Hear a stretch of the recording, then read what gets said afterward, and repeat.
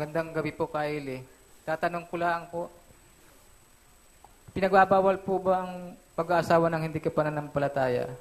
Basahin po natin ang unang Korinto, Kapitulo 7, versikulo 13. At ang babaeng may asawang hindi sumasampalataya at kalooban niyang makipamahay sa kanya ay huwag niyang hiwalayan ang kanyang asawa.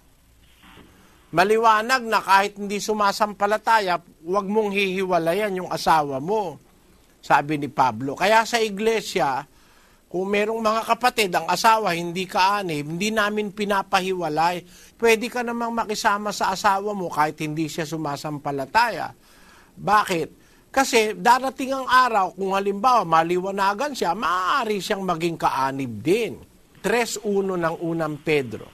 Gayon din naman, kayong mga asawang babae, pasakop kayo sa inyong sari-sariling asawa, upang kung ang ilan ay hindi tumalima sa salita, ay mga hikayat ng walang salita sa pamamagitan ng ugali ng kanikanyang asawang babae. Maliwanag na kahit hindi kapatid o hindi kaanib yung asawa mo, maaaring dahil sa mabuting pakikisama, mahikayat mo siya. Kaya hindi naman masamang ikaw ay makisama sa asawa ka na hindi ka pananampalataya. Kasi sa Diyos, kahit naman hindi sumasampalataya yung asawa mo, hindi ka naman pinapahiwalay eh.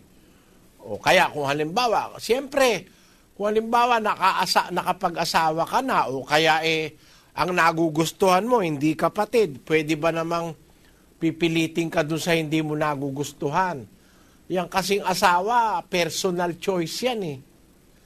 Di ba, no? Hindi naman pwedeng yan iba ang pipili eh. Kasi kung alin yung mahal mo talaga, yun ang gusto mong mapangasawa. Personal choice yan. Kami hindi namin pinapakialaman eh. Kung gusto mo pangit bahala ka. Di ba ganun?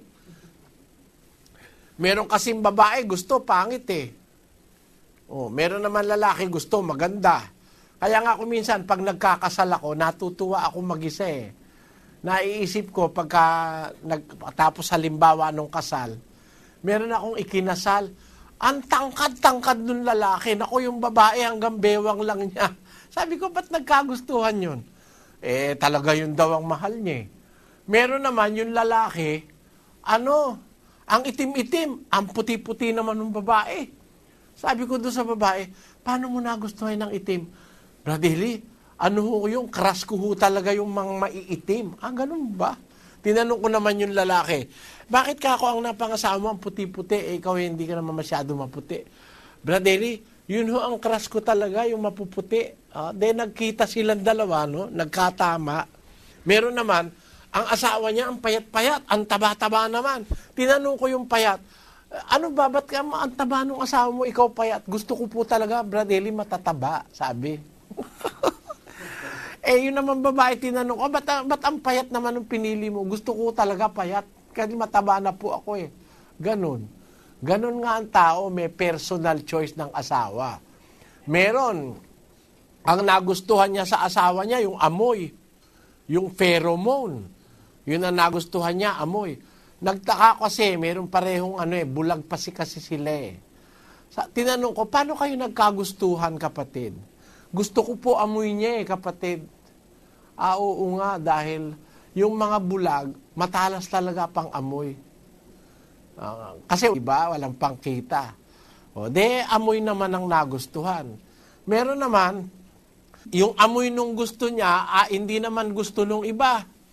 Ganun lang yon kapatid. Para bang merong mga tao sa pagkain, merong kumakain gustong-gusto mga Kapampangan yung buro.